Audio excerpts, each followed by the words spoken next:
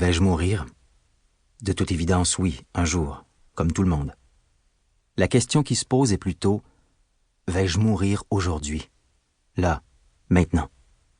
Vais-je mourir sur ce continent hostile, loin de ma famille, loin de mes amis, loin, si loin que je serai balayé par le vent, balayé comme un souvenir, enterré jusqu'au cou? » La visibilité était de 100, peut-être 200 mètres devant moi. Le vent soufflait comme je l'avais rarement vu, et, d'un coup, j'ai été projeté dans les airs. Sans que je puisse rien y faire, la corde entre mon traîneau et moi s'est cassée.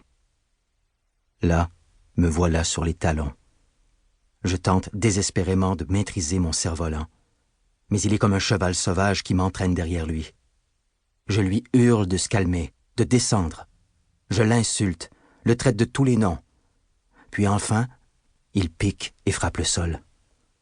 Mon traîneau est perdu derrière. Dans cet univers, je me sens vulnérable sans lui. Je dois remonter au vent le plus rapidement possible pour le retrouver. Le blizzard ne me laisse aucune chance. J'oblique vers l'est pendant 1 minute, puis vers l'ouest. Je n'ai plus de repères. Nerveusement, j'abats le cerf-volant au sol et j'enlève mes skis pour faire le point. Je regarde autour de moi. À droite, pas de traîneau.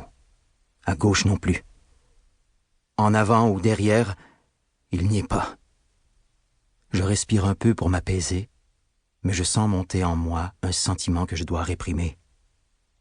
Ne pas céder à mes émotions. Je dois garder la tête froide. Quoique garder la tête froide en Antarctique est quelque chose de plutôt simple. Il fait moins 35 degrés Celsius. Je suis debout, les 2 pieds dans la neige, prisonnier d'un monde totalement hostile à toute forme de vie humaine. Je n'ai plus de tente, plus de sac de couchage, plus de réchaud, plus de nourriture, plus rien. J'ai bien quelques provisions de survie dans mon sac à dos d'urgence, mais rien qui puisse me soutenir très longtemps. Là, une question s'impose à mon esprit. Vais-je mourir? Je dois passer en mode survie. Et vite. Pas le temps de me mettre en colère et de blâmer les éléments, la fatigue ou ma propre négligence. Il faut réagir maintenant, tout de suite. Dans un vent comme celui-ci, avec une poudrerie comme celle-là, j'ai environ 20 minutes devant moi pour retrouver ce satané traîneau. Au-delà de cette limite, les traces que j'ai laissées dans la neige seront effacées par le blizzard. L'Antarctique, c'est un désert. Les précipitations sont rares. Il tombe environ 20 cm de neige par année au pôle sud. Toutefois, le centimètre de neige tombé hier, combiné au vent, change l'apparence du terrain à une vitesse phénoménale. J'ai peur que mon traîneau soit enseveli rapidement. Peut-être pas au complet, mais en bonne partie. Et puis mes traces s'effacent vite et ce sera bientôt la blancheur totale infinie. J'ai 20 petites minutes.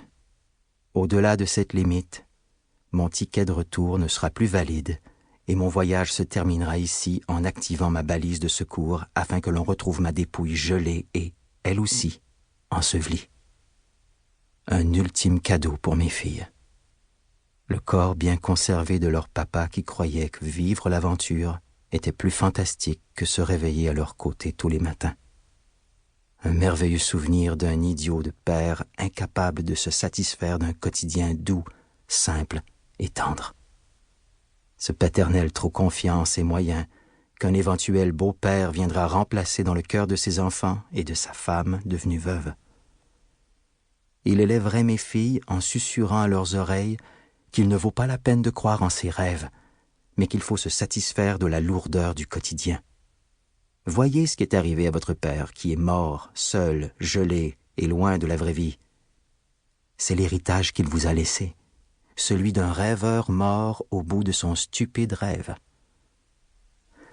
Bon, je divague. Je suis seul et je divague. Me voilà déjà mort. Mes émotions viennent prendre le contrôle de mon esprit et je dois absolument me ressaisir. Mode survie, Fred, vite! Je sais qu'ici et maintenant, je dois faire des actions logiques qui vont me sauver la vie.